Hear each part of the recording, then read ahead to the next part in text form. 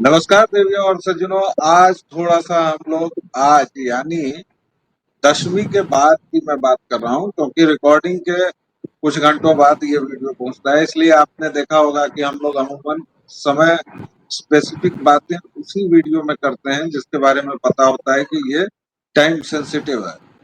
Otherwise एक दिन बाद जब माँ की विदाई हो जाती है तो कैसा एक आलस्य सा छाया रहता है। जैसे घर में बेटी की विदाई करके आप देखते होंगे अमूमन टेंट लगा हुआ है, आधा खुला हुआ है, दो चार प्लास्टिक की लाल कुर्सियां इधर उधर कहीं छोटे मोटे पत्तल के कोने वोने बिखरे पड़े रहते हैं। उसी में कोई बाबूजी अचानक बोलेंगे, "ए, दूठो रात वाली मिठाई ले आओ, फलाने जी आए हैं।" या कोई हरवाह चरवाहा आ गया तो उसको दे दिया गया, कोई सफाई कर्मी आ गया, घर में कोई कहीं पटाया हुआ है, कोई किधर भी, तो एक थोड़ा सा आलस्य का माहौल रहता है। इसलिए आज केवल एक छोटा सा सिंगल वीडियो मैंने किया था ताकि क्रम बना रहे और आप लोगों को यह पता चलता रहे। लेकिन आप लोगों की तीखी निगाह, बहुत बहुत धन्यवाद, आभार। आपने तुरंत प्रश्न किया कि आनंद जी कहाँ हैं, और आनंद जी के बारे में वैसे भी आप लोगों को लगता है कि मैं इनको बोलने ही नहीं देता, तो आज यही बोलेंगे, पूरा बोलेंगे और देखिएगा ये खुद चुप हो जाएगा ये आदमी। मुझे गाली सुनवाने में इस व्यक्ति की जितनी रुचि है, मुझे नहीं लगता कि उसके बाद मुझे दुश्मनों की जरूरत है। जो लोग नीचे आ रहे हैं कमेंट और किस किस तरह के कमेंट कर रहे हैं वो आप लोग भी देख ही रहे हैं। लेकिन खैर भाई, तानाशाही है नहीं, जमहूरियत है, फ्रीडम ऑफ एक्सप्रेशन है। तो जब तक कोई सीमा नहीं पार करता है तब तक हमारी जितनी भी कटु आलोचना करना चाहे उसका स्वागत है, और इनफैक्ट उसका ज्यादा स्वागत है। और देखिए इस बीच इस व्यक्ति ने कुछ कहीं चला लिया है और वो आवाज आएगी तो आप लोग मुझे कहेंगे कि आपके सिस्टम में कुछ खराबी है। ये व्यक्ति जो आनंद जीवा है ना, ये जानबूझ के ये सब करता है।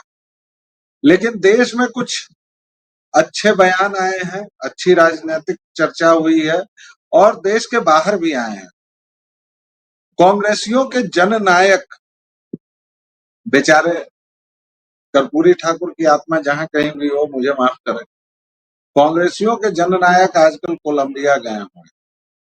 क्यों गए हुए हैं वो वही जानते हैं या फिर भारतीय विदेश मंत्रालय जानता है। वो भी आधा अधूरा जानता होगा, क्योंकि वीजा के लिए अप्लाई करते हुए देना पड़ता है।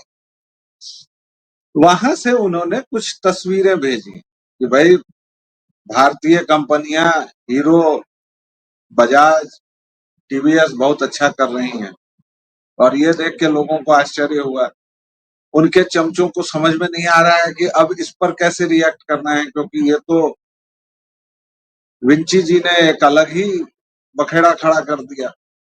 लेकिन इससे ज्यादा चर्चा उनके उस मौलिक, महान, असंभव भाषण की हो रही है, जिसमें उन्होंने क्या बोला है अगर मैं उसको बताने की कोशिश करूं तो ये मुझ जैसे छोटे आदमी की बहुत महान भूल होगी। क्योंकि फिलहाल जो खबर मुझे पता चली है कि उस भाषण को लेके करीबन 90 नोबेल लॉरिएट्स की एक समिति बनाई गई है जो उस भाषण पर ही चर्चा कर रही है और उसके जो ज्ञान के मोती हैं उसको निकालने की, उसको डेसिफर करने की कोशिश कर रही है।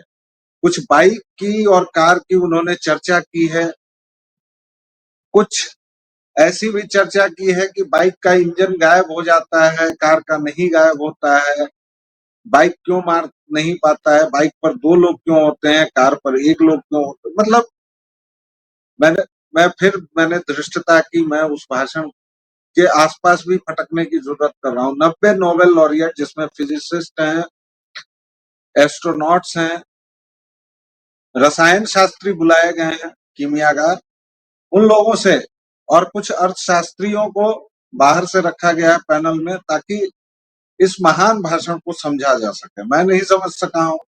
देखते हैं, ये मेरे साथ सामने जो चौखट में फांसीवादी व्यक्ति लगातार मुस्कुरा रहा है, क्योंकि इसका दावा है और ये राहुल जी के प्रति उतनी श्रद्धा नहीं रखता है, फांसीवादी है। इस व्यक्ति ने भाषण के आसपास पहुंचने की जरूरत की होगी। आनंद भाई, क्या कहा है जननायक ने? कहीं आसपास पहुंच सके आप कोलंबिया में? देखिए, गाड़ी के वजन और ये सब कह के ना, दरअसल ये जो देश में जो विदेशी ताकतें हैं, जो सोरोस के पैसे से, सोरोस के फंड से चलने वाली फोर्सेस हैं, उन्होंने ये वहम फैला रखा है। दरअसल राहुल जी के भाषण को समझना उतना मुश्किल नहीं है। अगर आप आम आदमी कैसे सोचता है उस तरह से सोचेंगे तो आप आसानी से इस भाषण को समझ पाएंगे। देखिए, होता क्या है कि कार जो होती है ना, उस कार में आप गौर कीजिएगा कभी कि कार में एक ही व्यक्ति होता है जो कार को चला रहा होता है, और वो अकेला उस कार से ऑफिस जा रहा होता है। और बाइक जो होती है, उस बाइक पे आप हमेशा देखेंगे कि बाइक वाला जो है वो 2 हेलमेट रखता है और अक्सर अपने पीछे किसी को बिठा के रखता है। तो आप देखिए कि पेट्रोल का जो खर्च होता है वो कितना एफिशिएंट हो पा रहा है। एक तरफ बाइक वाला है जो छोटी गाड़ी चला रहा है मगर 2-2 लोगों को बिठा के ले जा रहा है। दूसरी तरफ कार वाला है जो ज्यादा पेट्रोल खर्च कर रहा है, अमीर आदमी है, 4 लोगों की जगह भी है उसके पास, लेकिन अकेला बैठ के कार में जा रहा है। तो ये जो अंतर है, आप समझ पा रहे हैं ना, अंतर जो है ये बड़े आदमी और छोटे आदमी में ये जो अंतर है, ये अंतर बढ़ता जा रहा है। क्योंकि पहले मोटरसाइकिल और कार थी सिर्फ, अब सिर्फ मोटरसाइकिल और कार नहीं है। अब क्या है कि कार के अलावा वो जो सेडान वगैरह होती है, जो एसयूवी वगैरह होती है, इस सब श्रेणी की जो गाड़ियां हैं, वो भी जो है, जो पूंजीवादी ताकतें हैं, वो भारत में ले आई हैं। तो पहले क्या था कि 2 आदमी की बाइक और 4 आदमी की कार, इतना ही फासला था। अब क्या है कि 2 आदमी की बाइक के मुकाबले में आप देखिए कि 6 आदमी, 8 आदमी की कार, इतना फर्क हो गया। तो अमीर और गरीब के बीच ये जो फर्क है ये बढ़ता जा रहा है। राहुल गांधी यही समझाने की कोशिश कर रहे थे, और ये समझने के लिए जो देश की आम जनता है वो तैयार बैठी है। हाँ, आप जैसे कुछ जो ब्राह्मणवादी तत्व हैं वो इसे मानने को तैयार नहीं होते, ये अलग बात है। इतनी साधारण मोटी सी बात क्यों नहीं लोगों को समझ में आएगी भला, बताइए आप। अमीर और गरीब के बीच फर्क पड़ता जा रहा है। आपका आभार भाई। हमने तो अपनी हार पहले स्वीकार कर ली कि मेरे जैसा मंद बुद्धि नहीं पहुंच सकता है, उसके आसपास भी नहीं पटक सकता। मैं तो बचपन से आज तक आर्ट्स का ही विद्यार्थी रहा, साइंस मुझे कभी समझ में ही नहीं आया। लेकिन आपने बड़े अच्छे से समझाया। तो लेकिन एक बात बताइए, राहुल गांधी कहना क्या चाहते थे उस मंच? मेरा देखिए, सवाल एक वाक्य का ये है। उसके आसपास पहुंचते ही आपको मेरी खबर जो है ना वो ऑटोमेटिक अखबारों के जरिए पता चल जाएगी, टीवी समाचारों के जरिए पता चल जाएगी, क्योंकि मुझे नोबेल प्राइज मिल रहा होगा ना। तो जैसे ही उसके अच्छा, करीब हम पहुंचे वैसे ही हम आपको सूचित करवा देंगे। नहीं, हम नहीं भी उन्होंने चाहेंगे तो भी सूचना पहुंच ही जाएगी। फिर ये नहीं, जो नीचे उनके कमेंट में आकर के कुछ लोग जो हमें कुछ कुछ कहते रहते हैं ना, वो उनका भी मुंह बंद हो जाएगा, एकदम सेलो टेप चिपक जाएगा उनके मुंह पे। एक नहीं, बार नोबेल उन्होंने प्राइज लेने दीजिए आप, भाषण एक पूरा डिकोड हमारे होते ही बस। एक हमारे वरिष्ठ साथी हैं सतीश चंद्र मिश्रा, उन्होंने अपने सोशल मीडिया प्लेटफॉर्म पर इसको डिकोड करने की कोशिश की है। लेकिन अच्छा, उन्होंने जो ट्रांसलिटरेशन किया है, तो ट्रांसलिटरेट तो कर दिया, लेकिन भावार्थ अन्वयार्थ समझ आने की उनकी भी हिम्मत नहीं पड़ी। तो उन्होंने भी ट्रांसलिटरेशन रख दिया और कहा कि अब जिसको जो समझना है समझ लो। जैसे मैं उससे 2-4 वाक्य पढ़ के बताता हूँ। चलाने का बिल्कुल अलग तरीका है। अगर आप एक दिलचस्प सवाल पूछें, जैसे मोटरसाइकिल का वजन 100 किलो है और एक कार का वजन 3000 किलो क्यों होता है? जननायक पूछ रहे हैं। कार में एक यात्री को ले जाने के लिए 3000 किलो धातु चाहिए, जबकि बाइक में 100 किलो चाहिए। तो इलेक्ट्रिक में बदलाव के केंद्र में एक सवाल बनेगा, आपको क्या लगता है इसका जवाब क्या है? अब इतनी जो पिछले 2 मिनट में जितने वाक्य मैंने बोले, दर्शकों श्रोताओं माफ कीजिएगा, वो मेरे वाक्य नहीं है, वो माननीय नेता प्रतिपक्ष राहुल गांधी के हैं। अब आप में से किसी को हार्ट अटैक पड़ा है, किसी का दिमाग खराब हुआ है, कोई अपना माथा नोच रहा है, कोई बाल पकड़ रहा है, इसका दोषी मैं नहीं हूं, मुझे माफ कीजिए। ये राहुल जी के शब्द। मेरा तो नोबेल प्राइज पक्का हो रहा है, बस हमको तो अपना नोबेल प्राइज नजर आ रहा है। आप जैसे फांसीवादी लोग जो है ना, हटिए आप लोग। अच्छा आनंद जी जरा चले अब राहुल जी के नए नवेले चेले तेजस्वी यादव के पास चलते हैं। दरअसल साथियों इस देश में इतने चुटकुले बने हैं आजकल। इधर राहुल जी ने कोलंबिया में जाके इतना महान ज्ञान दिया है कि उसको डिसिफर करने के लिए पिछले 24 घंटे से मीटिंग पर मीटिंग, मीटिंग दर मीटिंग हो रही है और कोई उस भाषण का सार छोड़िए, 2 वाक्य नहीं समझ पाया जनाब, 2 वाक्य नहीं कोई समझ पाया। उधर तेजस्वी यादव किसी अपने कार्यकर्ता के यहाँ गए हैं और मिट्टी के चूल्हे पर उन्होंने मड़ुआ की रोटी, कुछ साग और कोई सब्जी खाई है और उसको अपने इस पर लगाया है, सोशल मीडिया पोस्ट। उनके समर्थक लाल-लोट हैं, गरियाने वाले, चारा चोर का बेटा, फलानवा, भाई हिसाब दो। और कुछ लोग तो उनकी बॉडी शेमिंग भी कर रहे हैं, जिसकी मैं कड़ी निंदा करता हूँ। कुछ लोग उनको मोटका, सरदुआ और मिथिलांचल की और सारी गालियां भी दे रहे हैं, अब अगला मुझौसा। ये सब गलत बात है, ये सब नहीं होना चाहिए। अब शरीर है, बॉडी शेमिंग बिल्कुल नहीं होनी चाहिए। तेजस्वी यादव को मोटका, सरदुआ ये सब कहने की कोई जरूरत नहीं है। अब लेकिन आनंद जी 2025 में देश की आजादी को मोटा मोटी 80 साल हो चुके हैं।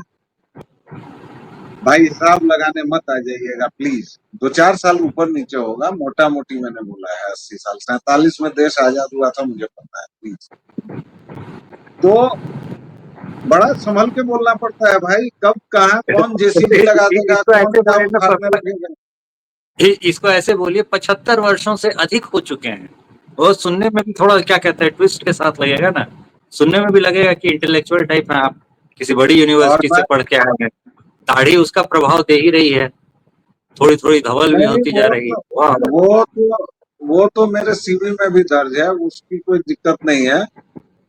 सवाल ये है आनंद जी कि आजादी के इतने वर्षों बाद बिहार में एक नेता जो कह रहा है कि मैं मुख्यमंत्री बनूंगा, और वह व्यक्ति घूम रहा है और वो चूल्हे की रोटी यानी लकड़ी पर बनी हुई एक खपरेल घर, इसको दिखा के वो गौरवान्वित होता है।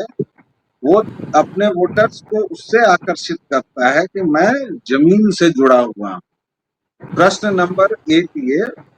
और दूसरा, उसके समर्थक कि राजा आया है, राजा हमारे यहाँ खा ले रहा है, तो आज हमारा जीवन धन्य हो गया। ये दोनों ही मानसिकताएं जो हैं, तेजस्वी की राजा वाली और उनकी जनता की प्रजा वाली। तो काहे का लोकतंत्र और काहे का चुनाव और काहे का फलनवा और काहे का ढिकनवा, इतनी परिवारवादी पार्टियां जो इस देश में चल रही हैं, शायद उस सब का कारण भी यही हो। दर्शकों श्रोताओं, हंसी मजाक से बहुत गंभीर बात कर जाना और गंभीर बात से हंसी मजाक में उतर जाना, यही शायद हम दोनों की वो अदा है जिस पर आप लोग फिदा रहते हैं और प्रसन्न रहते हैं। इसलिए ये बहुत गंभीर सवाल है। देखिए हम लोगों ने कोशिश की कि बिहार के असली मसलों पर बात हो, कोई नहीं कर रहा है। हम लोग भी 2-4 दफा करते हैं, लेकिन अब जब एक बार बिहार के चुनाव की तारीखें तय हो जाएं, एक बार अधिसूचना आ जाए, तो हम कमरे से भी निकलेंगे, लोगों को निकलवाएंगे भी और आपसे कमरे में बैठकर भी बिहार के असली मुद्दों पर बात करेंगे। लेकिन अभी फिलहाल मेरा सवाल आनंद, क्या मसला है? तो आखिर सबसे क्यों पहले तो ये देखिए इतने साल बाद भी? इसमें सबसे पहले तो ये चीज समझिए कि ये जो टूरिज्म का तरीका है, इस टूरिज्म के तरीके में जो तथाकथित अमीर आदमी होता है वो एक ऐसी झोपड़ी में गया होता है जहां मिट्टी का चूल्हा होता है, बिल्कुल गरीब का घर होता है, प्रेफरेबली दलित अगर हो, SC ST कम्युनिटी से आता हो तो और भी अच्छी बात है। अगर मिट्टी का चूल्हा हो, जमीन पर बैठ करके खाना हो, जूते बाहर उतार करके जाना हो, जमीन पर पलथी वलथी मार करके बैठना हो, ये सब हो सके तो बहुत अच्छा, बहुत बढ़िया, बिल्कुल वाह वाह हो जाएगी, एकदम मस्त बढ़िया फोटो शूट हो जाएगा। तो इसको हम दलित भोजनो फोटो शूट कहते हैं। तो इस फोटो शूट का उपयोग जो है वो राजनेता, मतलब कोई नहीं करता ऐसा नहीं है, मतलब कोई भी अछूता नहीं है। अलग अलग राज्यों में अलग अलग लोग आपको करते हुए मिल जाएंगे, कहीं पे भाजपा नेता करते हुए मिल जाएंगे, यहाँ तेजस्वी यादव करते हुए दिख रहे हैं। तो यहाँ सबसे पहली बात जो समझ में आनी चाहिए ना, वो सबसे पहली बात समझ में आने लायक जो है वो ये है कि आज की तारीख में उतनी जगह हो किसी के पास, उतना जमीन हो किसी के पास कि उसके पास एक आंगन हो, और आंगन से सटा हुआ वो एरिया हो जहां पर वो मिट्टी वाला चूल्हा बनाया जा सकता है। तो वो गरीब आदमी नहीं है, इतनी जमीन रखने वाला एक्चुअली अमीर आदमी है। और अभी तक अगर उसके पास वो चूल्हा है, क्योंकि अब तो सबके घर में वो गैस चूल्हा आ गया है, उज्ज्वला योजना में जो गरीब से गरीब लोग थे उनके घर में भी चूल्हा पहुंचने लगा है। तो 90% घरों में चूंकि वो गैस वाला चूल्हा है, तो किसी को जरूरत भी नहीं है उसकी। तो जरूरत जिस चीज की नहीं होती है वो तो तुरंत खत्म हो जाता है। उसी उसी किचन को तोड़ करके आप डिफरेंट नया वाला किचन बनाते हैं जिसमें गैस चूल्हा रखा है। तो अब तो गैस चूल्हा वाला सिस्टम आ गया है, और उसके बावजूद उस स्पेस को आपने मेंटेन रखा हुआ है। इसका मतलब आपके पास इतना एक्स्ट्रा स्पेस है कि आप एक एक्स्ट्रा नया किचन बनवा लें और उसके बावजूद इसको मेंटेन रखें। तो आप सचमुच में रिच हैं, क्योंकि एक आदमी उसको मेंटेन करने के लिए भी चाहिए। वो जो मिट्टी का चूल्हा होगा उसको डेली नीपना पोतना पड़ता है, तो एक आदमी चाहिए जो उसको डेली नीपे पोते मिट्टी वाले चूल्हे को और मेंटेन रखे। तो ये कोई कम मतलब खर्चे का आपका काम नहीं ह्यूमन है, ये अमीर रिसोर्स, आदमी का काम है। तो मतलब अमीर ह्यूमन आदमी जो है रिसोर्स भी वही आपके जा पास सकता है। होना चाहिए। तो आपके पास धन बल और जन बल दोनों हो, तभी आप ये मेंटेन कर सकते हैं। तो ये अब अमीर आदमी का शौक है कि मिट्टी के चूल्हे पे जाकर के वो इस तरह से खाना खा ले। सांझा चूल्हा वगैरह जो है वो एक रेस्टोरेंट का थीम बन करके और वैसे चल रहा होता है। और आप लोगों में से कई लोगों ने देखा होगा कि वो बिल्कुल गांव में पुराने जमाने का जैसे चूल्हा होता था, वैसा वो बहुत ही एलीट किस्म का रेस्टोरेंट होता था। और उसके अलावा उसके ही सीरीज में कई ऐसे रेस्तरां बने जो बहुत ही एलीट रेस्टोरेंट होते हैं।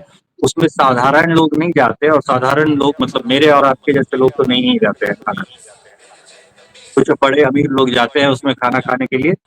तो ये वैसा ही फिर ये दिखता है कि भाई एक अमीर आदमी के घर ही खाना खाने गया है। तो ये हम और आप जैसे आम लोग नहीं कर सकते। तो नेता यहाँ पर जब इस किस्म का फोटो शूट करता है ना, तो नेता यहाँ पर ये नहीं दर्शा रहा होता है कि वो आम आदमी है, वो ये दर्शा रहा होता है असल में कि वो आम आदमी से अलग है, वो आपका नेता है। तो बाकी जगहों पर वो कह जरूर रहा है कि वो आपका बिल्कुल भाई है, आपका साथी है, इस जिले का बेटा है, फलाने की माओ का बेटा है, फलाने की बहनों का भाई है। लेकिन असल में वो अपने आप को अलग भी दर्शाना चाहता है। तो वो यहाँ पर दर्शा देता है कि मेरा फाइनेंशियल स्टैंडर्ड, मेरा सोशल स्टैंडर्ड जो है वो तुम्हारे लिविंग स्टैंडर्ड से बहुत अलग है। तुम ये नहीं कर सकते हो। आप सोच करके देखिए कि आपकी जान पहचान में कोई ऐसा है जिसके घर में जाकर के आप ऐसे मिट्टी के चूल्हे पे खाना खा सके। बहुत एलीट किस्म के आप आदमी होंगे तभी आपकी जान पहचान में कोई ऐसा व्यक्ति होगा जिसके घर आप जाके ऐसा कर सकते हैं। सोच करके देखिए, आस पड़ोस में कोई हो नहीं, ऐसा, जिस भी शहर में आपने आप जो रहते हो वहाँ के पास। नहीं आपने जो साझा चूल्हा जैसे रेस्टोरेंट की बात की, तो चूंकि आप खुद एक एलीट हैं, और ये बात मैं स्ट्रेट फेस के साथ इसलिए कह रहा हूँ दर्शकों की आप लोग आके जरा इनके कमेंट में बॉक्स में इनको गाली दे चुके हैं। तो आप चूंकि खुद एलीट हैं इसलिए आप मिथिला हाट की चर्चा नहीं करेंगे, या आपको पता है कि एक बेनीपुर के पास अ, दरभंगा, बेनीपुर, बेनीपट्टी, मधुबनी, इन तीनों के संगम के बीच में एक मिथिला ये हाट सब कौन बना सी है। जगह होती है, हटाइए ये सब का नाम बेकार। उफ। लेकिन वो मिथिला हाट जो बना है भाई साहब, वो एलीटतम है, क्योंकि वो पूरा दिल्ली हाट की तर्ज पर बना है। वहाँ एक भानस नाम की चीज होती है, भानस, देवियों और सज्जनों, भानस कहते हैं मिथिला में रसोई घर को, चौका घर को, रसोई घर, चौका घर। अब तो खैर ये सारी चीजें खत्म हो गई, अब तो वो कबूतर खाने वाले फ्लैट्स में एक बीच का स्पेस होता है जहाँ खड़े होकर आप करते हैं। वरना पहले गृहिणियां जिस घर में खाना बनाती थी उसको रसोई कहते थे, उसको भानस कहते हैं, उसको चौका घर कहते हैं। अब चौका इसलिए क्योंकि चौक बनाकर खाना वगैरह होता था। फिर हम लोग हारमोनियम लेके कहीं निकल जाएंगे, लेकिन और खाना जो बनाने जाती थी वो नहा धोकर ही जाती थी, चौक पूर कर जाती थी, तो इसलिए उसका नाम चौका था। रसोई और जैसा चौका विदेशी वो कुक करते हैं ना, विदेशी कुक जैसा करते हैं, बिना टोपी पहने आप खाना नहीं बना सकते, तो सिर ढके बगैर खाना बनाने का भी रिवाज नहीं होता था। बिना सिर ढके खाना नहीं बनाया जाता था, और बिना ताकि बाल न पड़ जाए नहाए भी खाने आप नहीं जा सकते थे। लेकिन खैर वो सब तो गर्वीले मैथिलों ने सारी परंपरा खत्म कर दी। लेकिन एक मिथिला हाट बढ़िया बना है, जहां आप जाके करीब ठीक ठाक पैसा देके आपको लगेगा कि हाँ पूरे इस, क्योंकि बाकी तो सब कुछ सुअर बाड़ा है। आपको तो सड़कों देखिए पर प्लीज, आप आदमियों जो के ये साथ वो दिल्ली पंजाब से जो कमा कमा के ला रहा है पैसा सब, वो पैसा सब खर्चा कहाँ करेगा है? सरकार को नहीं दीजिएगा कुछ हो, या यहाँ रहने वाला सबको, होटल वाले सबको नहीं दीजिएगा कुछ हो? इसीलिए तो खाली कमा मॉल कमा करके बेंगलोर से, इसीलिए तो पूना से, मॉल दिल्ली से, मुंबई से ले करके आइएगा, सूटकेस में भर भर के जो पैसा, ऐसे कैसे चलेगा? कुछ उस पर हमारा भी हक बनता है, यहाँ वाले होटल वाले सबका। इसीलिए तो पटना से लेके दरभंगा तक में, दरभंगा जैसे सुअर बाड़े में 5 मॉल है, एक से एक लगजक आपको रेस्टोरेंट है। शाम में वहां बाकायदा एक स्ट्रीट है जिसको फूड स्ट्रीट, मतलब क्या स्वर्णिम दृश्य होता है। आप देखिए कि पूरा बिखरा पड़ा है। और मुझे वो गजल याद आती है, बिखरा पड़ा है तेरे ही घर में तेरा वजूद, बेकार महफिलों में उसे ढूंढता है तू। वैसे शायर ने वहां मैं कहा है, लेकिन मैंने तू बना दिया। तो वो जो तमाम तरह की प्लेटें कचरा वो सब होता है, उसी में एक आध गौ माताएं होती हैं जो वो मारती रहती हैं। बाकी वराह जी के छोटे प्रतिनिधि लोग होते हैं, यानी सुअर होते हैं। और उसी के ठीक बगल में चाउमीन से लेके स्पेशल लिट्टी, लिट्टी लिट्टी। मसाला मसाला डोसा और लिट्टी चोखा तक बिकता रहता है, और दरभंगी उसको खाते रहते हैं। और ये केवल दरभंगा की बात नहीं, पटना से लेकर मुजफ्फरपुर सहरसा कहीं भी चले जाइए, ये पूरे बिहार का हाल है। पटना में बोरिंग रोड इनका पौष्टम इलाका है, वहां मेन होल कब कहाँ खुला हुआ है, कितने लोग घायल हो रहे हैं, कोई फर्क नहीं पड़ रहा है। जहां मैं अभी रह रहा हूँ उसमें 3 मेन होल खुले हुए हैं, और ये 6 महीने से खुला हुआ है। मुझे कहा गया कि 6 महीने से यही है, कोई नहीं कर रहा है। अच्छा ठीक है, ठीक है, रुकिए पार्सल रुकिए। आप पौष्टम इलाके, बोरिंग रोड की आपने चर्चा कर दी है बिहार के, तो हम आपको एक बात बता देते हैं। ये जो पूरा बोरिंग रोड का पौष्टम इलाका है ना, बोरिंग रोड का, बोरिंग रोड और boring road canal, boring canal road, ये जो क्रॉस जैसा बनता है, इस पूरे क्रॉस में कहीं कोई शौचालय, सार्वजनिक शौचालय, सुलभ शौचालय वगैरह नहीं है। ठीक, ये पहली पहली सूचना थी। अब इसके साथ दूसरी सूचना जोड़िए। ढेर सारी, आपको पता है, करीब करीब 30,000 युवतियों को बिहार पुलिस में भर्ती किया गया है। इन बिहार पुलिस की युवतियों की ड्यूटी जो है उस बोरिंग रोड इलाके में भी लगती होगी। अब बताइए कि दिन भर में अगर उन्हें शौचालय जाने की जरूरत पड़ती होगी, तो वो कहाँ जाएंगी? क्या बिहार सरकार ने इसका प्रबंध किया? अगर नहीं किया तो इससे जो दिक्कत हो रही होगी, इसके बारे में कौन सोचेगा? एसपी, थाना इंचार्ज कौन? उन्हें नियुक्त करने वाला, या जिसकी जीप में वो बैठी हुई है, या जिस चौराहे पे ड्यूटी जहाँ पे है वहां पर जो इंचार्ज है वो कौन? मतलब कौन सोचेगा इसके बारे में, या किसे सोचना चाहिए? ये एक बार सोच करके देखिएगा। तब तक हम लोग वापस या चलते वो हैं अपने मुद्दों पे। मुख्यमंत्री या वो मुख्यमंत्री सोचेगा, जो इनको बड़े गर्वीले तरीके से एक फोर्थ क्लास सिटीजन की तरह कुकुर टाइप इनको गांधी मैदान में बुलाता है और नियुक्ति पत्र देता है कि ये लो भीख का ये टुकड़ा। क्या वो व्यक्ति ये सोचेगा? नहीं सोचता है, और नहीं सोच रहा है, इसीलिए ये प्रश्न हमें उठाना पड़ रहा है। लेकिन बिहार के ये मुद्दे हम समय समय पर उठाते रहे हैं और उठाएंगे, अगले इलेक्शन तक जब तक इलेक्शन हो नहीं जाता है हम आपसे जरूर ये बातें करेंगे। आप देखिए पटना की दुर्दशा कितनी खराब है, नहीं दुर्दशा कितनी खराब है, ये अतिशयोक्ति का भी मैंने अतिशयोक्ति कर दी, लेकिन सचमुच आप देखिए ना एकदम पॉश से पॉश इलाके में जाइए साहब, अभी जो हालत है, मैं जहाँ रह रहा हूँ वहां मुझे रोज पतलून घुटनों से ऊपर करके जाना पड़ता है, या अगर बाइक से जाऊं तो मुझे अजीब तरीके से उसको पैर ऊपर रख के टंकी के पास और हुर्र से चलाते हुए उसमें मैं गिर सकता हूँ, पड़ सकता हूँ, लोग गिरते हैं, ऐसा हो रहा है। और किसी को, क्योंकि पार्षद उसी मोहल्ले में आसपास रहता होगा, लेकिन कोई मतलब नहीं है। एक पाइप लगा दिया गया है जिससे पानी निकलता रहता है, वही पानी फिर आ जाता है, लोगों के ऊपर नाले का पानी पड़ रहा है, कोई फर्क नहीं पड़ता है। पटना का हैप्पीनेस क्वोशंट अगर जांचा जाए तो मुझे लगता है कि ये तमाम स्कैंडिनेवियन कंट्रीज कहीं आसपास नहीं रहेंगे, क्योंकि सुअर बाड़े अरे में श्रीलंका वगैरह से आगे तो पक्का निकल जाएंगे।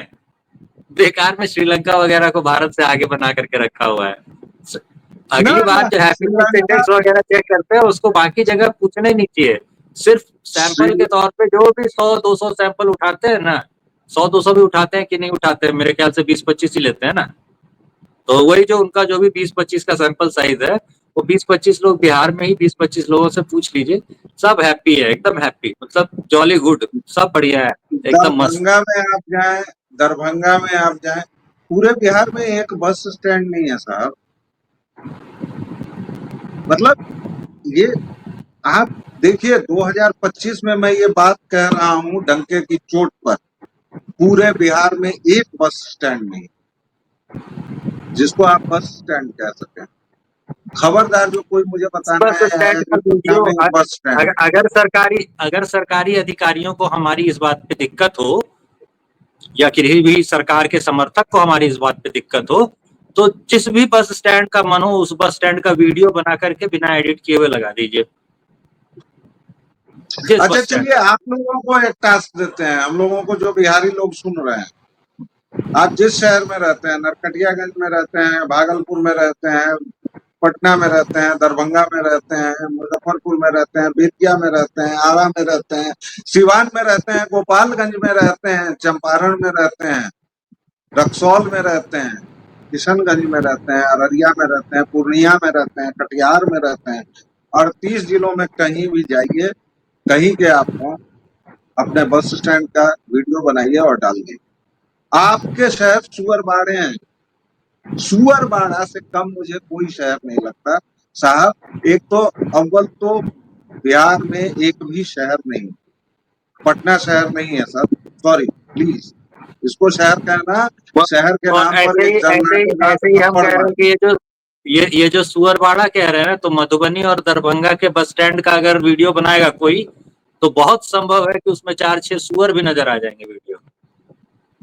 नहीं वो पटना में नहीं मिलेंगे, इस पर भी मुझे मतलब थोड़ी शंका है। पीछे नहीं के नहीं साइड में अगर आप पटना के चले जाएं, जिस जगह पर अभी वो बस ये नया वाला बस स्टैंड बनाने की कोशिश की जा रही है, हम कहेंगे, अभी तक बना नहीं है, या बन जाएगा या कितने दिन में बन जाएगा इसकी कोई गारंटी नहीं है। उद्घाटन हो जाएगा चुनाव से पहले, इसकी गारंटी हम ले सकते हैं। तो सामने वामने का हिस्सा जो कुछ भी बन रहा हो, जितने पर भी उद्घाटन होना हो, तो वो सामने वामने का हिस्सा शायद बन जाएगा, मेट्रो वेट्रो के तरह ही इसका भी उद्घाटन, शिलान्यास सब कुछ हो जाएगा। तो यहाँ पर भी आपको सुअर मिल जाए अभी, इसकी संभावना थोड़ी सी कम है, लेकिन कुत्ते उत्ते मिल जाएंगे। कुत्ते तो खैर मुझे तो व्यक्तिगत तौर पे पता है, बिहार विधानसभा में एक कुत्ता है, बिहार विधानसभा के कुत्ते की फोटो हम आप कहिए तो हम लगा दें। तो कुछ चीजें तो है जो मेरे पास पहले से मौजूद है, और जो नहीं मौजूद है, आप पब्लिक अगर कोशिश करे, जो भी लोग हम लोगों को देख रहे हैं, अपने शहर के बस स्टैंड का वीडियो बना करके देख लीजिए जरा, अपने शहर के बस स्टैंड का वीडियो बनाइए, अपने ही यूट्यूब पे डाल दीजिए और लिंक लगा लेकिन दीजिए नीचे यहाँ पे, लेकिन हम लोग सवाल इसको ये है, और इसको बढ़ा देंगे आगे। सवाल ये है कि हमारी इस मुहिम को आप बढ़ाएंगे, या शांत हो जाएंगे। और हमें और आपको किसी को भेजने की जरूरत नहीं है। आप अपने वॉल पर देखिए, अपने यहाँ के पार्षद से पूछिए, जब वो आपका वोट लेने आए, अभी सबसे अच्छा मौका है, अपने विधायक जी की गर्दन पकड़ लीजिए। हालांकि ये अलग बात है कि विधायक जी को कानून बनाने के लिए चुना है आपने, लेकिन विधायक जी के और भी कर्तव्य हैं। और इतना माइन्यूट तो मैं जानता हूं भाई, बाकी किसी को क्या पता है कि विधायक किस काम के लिए है, पार्षद किस काम के लिए। यहाँ तो इस देश में मोदी से सड़कों का हिसाब पूछा जाता है, और मोदी से घर में टूटी टूट जाती है तो उसका हिसाब पूछा जाता है। तो हम लोग एक देश के तौर पर कितने महान हैं, ये तो कहने की जरूरत नहीं है। लेकिन अब इस चर्चा को थोड़ा कंक्लूजन की ओर ले जाते हैं, क्योंकि आनंद जी के यहाँ कुछ हुआ है और शायद उनके यहाँ कुछ टेक्निकल फॉल्ट की वजह से वह हमें दिखना बंद हो गए हैं। आनंद जी, आपके कैमरे पर कुछ दिक्कत हो गई है, अगर आप हमें सुन पा रहे हैं तो प्लीज आ जाइएगा। आवाज तो आ रही है आपकी, आवाज आ रही है आपकी, सिर्फ मेरी तस्वीर गायब हो गई है। 1 सेकंड दीजिए, अभी आ जाएगा। शायद कुछ टेक्निकल ग्लिच है, लेकिन बंधुओं, इस पूरी चर्चा का मकसद ये है, एकमात्र मकसद ये है कि बिहार के बारे में हम बात करें। तो बिहार के जो असली मसले हैं, जो कोर इशूज जिसको कहते हैं, उस पर हमें बात करनी है। सबसे बड़ा मसला बिहार का है कि बिहारियों को आदमी कम समझा जाए। हम सभी को सुअर क्यों समझा जाता है? हमें क्यों मजबूर किया जाता है कि हमारी नालियां खुली रहेंगी, हम थोड़ी सी बारिश में उस नाले वाले पानी में जिसमें सुअर का पखाना है कि आदमी का पखाना है कि कौवे का पखाना है, कि उसमें कौवा मरा हुआ है, कि उसमें कहीं कोई बिजली का तार घुसा हुआ है, ये किसको पता चलेगा? अपने यहाँ के, अपने आसपास के जमीनी मुद्दों को संभालिए और प्रश्न पूछिए। कोई पार्टी आए, देखिए हमारा 2 ही एजेंडा है, जंगल राज वालों को नहीं आने देना, और दूसरा, कोई भी पार्टी आए, किसी को आप वोट दें, ये तय करें कि वो बिहार के बारे में सोचे। और बिहार के बारे में सोचना आपके अपने घर से शुरू होगा। आप जब सोचेंगे तभी वो नेता भी सोचेगा। वो आसमान से नहीं आया, हमारे आपके बीच से आया। भाषण टाइप का हो रहा है, लेकिन ये भाषण नहीं है, ये यहाँ की पीड़ा है। आनंद जी, आपके कंक्लूडिंग रिमार्क्स, फिर इस चर्चा को हम समेटेंगे। देखिए, ये जो बातें होती है ना कि भाई आप स्वयं भी अपना सोच करके देखिए या करके देखिए। कई बार होता क्या है कि हम लोग वो बातें कर रहे होते हैं जो आम आदमी बोल नहीं पा रहा, इसलिए असल में वो हमारी बातें सुन रहा है। तो मेरा मानना होता है कि हमारे दर्शक वर्ग में अधिकतर वैसे ही लोग होते हैं जो हमारी बातों से सहमत होते हैं। कुछ जो असहमत होते हैं वो लोग भी आ जाते हैं और फिर नीचे आकर के गाली गलौज करते हैं। लेकिन ठीक है, थोड़ा-सा तुम्हें परेशान करना तो बनता ही है। इसके बगैर मज़ा कैसे आएगा? फ़ील गुड ही नहीं होता है, तंग किए बगैर किसी को। तो अब क्या है कि यहाँ बिहार में जो स्थिति है, वो स्थिति इसलिए बनी है क्योंकि हम लोगों ने अपने विधायकों से प्रश्न पूछना बंद कर दिया। वो नीतियाँ बनाने के लिए थे, तो नीति बनाने के बदले वो जो तात्कालिक उपाय होते हैं ना, मतलब किसी तरह से बैंडेज लगा करके चिपका दिया, जबकि वो जो कटा हुआ था उसपे स्टिच की ज़रूरत थी। तो आपने बैंडेज लगा के चिपका दिया, थोड़ी देर के लिए वो ठीक हो गया, लेकिन थोड़ी देर के लिए उसको तसल्ली हो गई कि सिर्फ कि हाँ, कुछ दवा लग गई है, लेकिन थोड़ी देर में उसको भी खुद भी समझ में आ जाएगा कि इस दवा से मेरा काम नहीं चलने वाला या इस दवा से मेरा काम नहीं चल रहा। तो जो उस वास्तविक इलाज था, वो आपको वास्तविक इलाज उसको मुहैया करवाना होगा। तो ऐसे सारे मुद्दे, ये जो जैसे एक जो ये पानी का मुद्दा बता रहे हैं, पानी के मुद्दे पे आपको पता होना चाहिए कि जो सरकारी वेबसाइट होती है, जो डिजास्टर के डिपार्टमेंट की जो सरकारी वेबसाइट है, उस पर बिहार में आने वाली बाढ़ के बारे में लिस्टेड है कि बिहार में 4 किस्म की बाढ़ आती है। उसमें से जो चौथा किस्म होता है वो है जल जमाव, जो बारिश की वजह से जल जमाव हो जाता है और पानी काफी देर तक नहीं निकलता। तो वो जो जल जमाव होता है जिससे सड़कें डूबी रहती हैं, उस जल जमाव से यानी बाढ़ के चौथे प्रकार से पीड़ित होकर के आप शिकायत कर रहे थे। ये सरकार को समझ में आएगा ये भाषा। अब आपको चौथा प्रकार था बाढ़ का या पहला प्रकार था बाढ़ का, इस बात से कोई फर्क ही नहीं है। आपको तो फर्क इस बात से पड़ता है ना कि मेरे घर के सामने पानी लगा हुआ है। अब ये बारिश का पानी जल जमाव वाला था कि बाढ़ से आ गया था या किस चौथी प्रकार से था कि तीसरी प्रकार से था, इससे आपको क्या लेना देना है। तो ये अंतर जो होता है भाषा का, ये बातचीत का, ये अंतर भी पाटना पड़ेगा। सरकारी लोग या सरकारी अधिकारी जो जनता से बात नहीं करते और जनता जो सरकार के पक्ष से बात, सरकारों के पक्ष के लोगों से बात नहीं करती, इस अंतर को पाटना पड़ेगा। बात करना और बोलना बहुत जरूरी है। कुछ लोग नाराज होंगे शुरू में, ये कैसे बोलने लगा, ये तो कभी मेरे सामने बोलता नहीं था, हमेशा हाथ जोड़े माई बाप की मुद्रा में खड़ा रहता था मेरे सामने, और आज ये हमसे सवाल पूछ रहा है। तो कुछ लोग नाराज होंगे इस बात से शुरू में, ये संघर्ष होता ही। लेकिन ये सवाल पूछना तो आपको शुरू करना ही पड़ेगा, इसके अलावा और कोई इलाज नहीं। सवाल पूछिए और शुरू कीजिए अपने घर से, अपने आसपास से। आपका पार्षद आपके मोहल्ले में ही रहता है, आसपास रहता है, क्योंकि पार्षद तभी जीत पाएगा जब आपके मोहल्ले में रहेगा। या अपनी पत्नी के नाम पर पार्षद बना घूम रहा होगा, या माँ के नाम पर। गिरेबान पकड़िए और कहिए कि ये क्या बकवास बना रखे हो, ये क्या चल रहा है।